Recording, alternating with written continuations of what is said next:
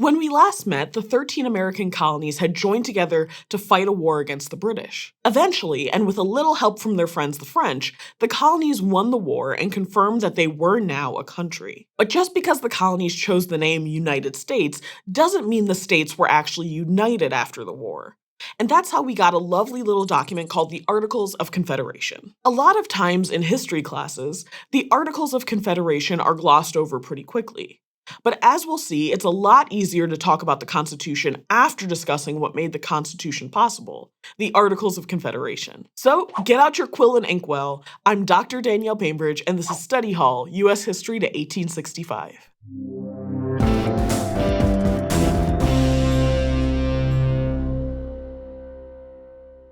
Before we jump right into the action, let's take a quick step back. Back to the Declaration of Independence, which was adopted on the 4th of July, 1776. The Declaration argued that the colonists had natural rights as men, not as Englishmen and under English law, but as men. And while eventually abolitionists, African Americans, and women suffragists would rely on the Declaration of Independence, in the late 18th century, many believed Thomas Jefferson and the other authors were very much talking about white land-owning men. Why exactly do we care about the Declaration of Independence in a lesson about constitutions? Because those two documents have been linked time and time again. For example, Abraham Lincoln equated the Declaration as the document that describes the ideas and principles of government, and the Constitution as the shape that those ideas should take. So let's look at those constitutions now. And yes, we said constitutions, plural. Because in the US, there are at least 54 constitutions floating around, including states and territories. And those constitutions include both principles of governing and an actual framework for ruling. Sort of like combining both the Declaration of Independence with the US Constitution. States dealt differently with the relationship between wealth and political rights. For example, South Carolina's constitution required that state representatives own at least 500 acres and at least 10 enslaved persons in their district to even be allowed to serve. For state senators, that figure was doubled. And if you wanted to vote in South Carolina, or just about any of the states for that matter, you had to be A, a man, B, white, and C, own a set amount of land. If you didn't have that, you could pay a tax in order to vote instead. So why all this focus on owning property? Well, there was an idea that only people who owned property could truly care about protecting the country.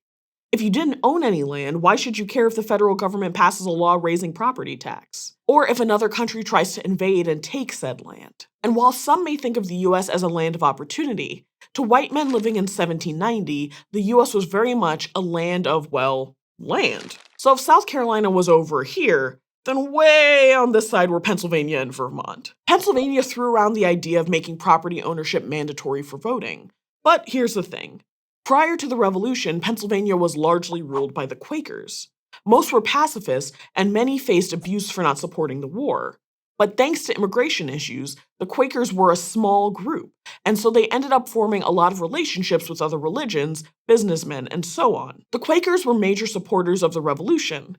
They too wanted representation for their taxation and didn't want to keep relying on other groups to have their needs addressed. In the end, one only had to be a taxpayer in Pennsylvania to vote. Well, that and they had to be a man. A free man. But the Pennsylvania Constitution did something else pretty unique. It abolished the state senate and the office of governor. That changed down the line, though. Speaking of unique, in Vermont, you didn't even need to pay taxes to vote, or own property, or even be white. You just had to be male. Meanwhile, New Jersey's original constitution was a little unclear about who was allowed to vote. So in 1790, they made it clear. He or she. Women had the right to vote so long as they owned property, and the color of your skin didn't matter. But you did need to have at least 50 pounds. Spoiler alert, the enfranchisement of women didn't last. Each state had a chance to set up a government based on the ideas their politicians thought were most important. And what they included and left out says a lot about the people writing and the time in which they lived. Just like today, we called ourselves the United States in 1776. But in reality, everyone had their own idea of what being a state meant. And some of those same people had very, very, very different ideas of what the federal government should look like too. In fact, we almost didn't have much of a federal government at all. The United States' first document outlining the federal government was the Articles of Confederation. Let's go back an episode and remember the time leading up to the Revolution. There were lots of taxes. A singular monarch breathing down the colonists' necks, the taxes, a faraway big government telling colonists what they can and can't do. Oh, did we mention the taxes? So, like most teenagers, the colonists thought they could do it way better than their parents. And also, like most teenagers, the colonists decided that the way better way to do things was by doing the exact opposite. Hence, the Articles of Confederation. Here's a list of powers the federal government had according to the Articles of Confederation. 1. Define money. 2. Direct the post office. Awesome, gotta get grandma's letter out somehow. 3. Negotiate with foreign powers and indigenous peoples, although they weren't permitted to make any agreements about commerce. And that's about it. And maybe we think that's perfect, but here's the problem. The only government body created by the Articles of Confederation was Congress, and that Congress had no power to regulate commerce or print money, and any changes to the Articles required unanimous agreement by the states. Again, all of this makes perfect sense considering the country was fighting a war against a strong central government. But in reality, the country needed to tax to pay off debt from the war. It needed to regulate trade because states were setting up their own economic policies that benefited themselves and hurt one another. And the country needed to be able to raise an army because in 1786, a revolt broke out in Massachusetts called Shays' Rebellion over these very issues. Some Americans thought it was much better to have a weak government than a government strong enough to oppress its people. So not everyone wanted the Articles to be revised, but some influential and determined people did, like Alexander Hamilton. Writing to James Duane in 1780, he said, "But the Confederation itself is defective and requires to be altered. It is neither fit for war nor peace. The idea of an uncontrollable sovereignty in each state over its internal police will defeat the other powers given to Congress and make our union feeble and precarious." Hamilton wasn't alone. James Madison, John Marshall, and others also called for the creation of a stronger central government. And in the summer of 1787, they got their wish. 55 delegates from 12 states, sorry Rhode Island, went to Philadelphia to fix the problems in the Articles of Confederation. They debated openly and freely where anyone could hear. It was a completely transparent discussion. Not. No, the delegates locked the doors and windows at what's now called Independence Hall and met in secret. The key focus? How to give the federal government enough power to do its job and make sure the states didn't lose their own power. And fairly quickly, battle lines were drawn between the delegates from big states like Virginia and smaller states like New Jersey and Delaware. The Articles of Confederation treated them both the exact same. But Virginia had a population of over 500,000 at the time, over 200,000 of which were enslaved Africans. New Jersey, however, had just 185,000 people. Why should Virginia, which made up almost 20% of the country's total population, be treated just like puny New Jersey? Edmund Randolph presented James Madison's plan to the convention. A federal government with a bicameral legislature with representation decided by population size. Bicameral means two houses, like, spoiler, Senate and House of Representatives. Madison's plan was known as the Virginia Plan.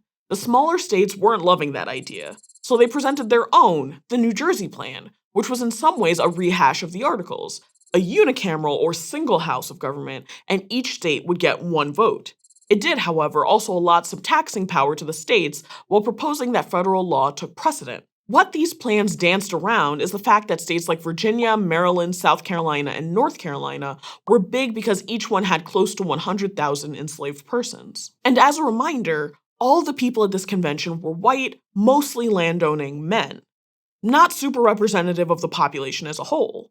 In fact, the word slavery doesn't appear anywhere in the Constitution. But that's not because slavery was unimportant. Quite the opposite. While the Constitution doesn't explicitly reference slavery, it does refer to the idea of it.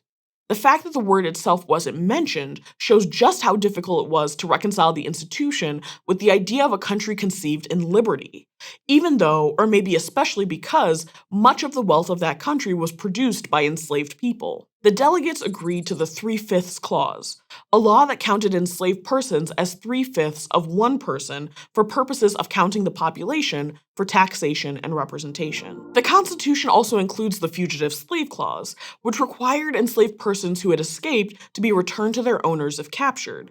The Constitution also gave Congress the power to put down domestic insurrections, which would have included enslaved people's efforts to gain their freedom. By September, the delegates had a new government all hammered out.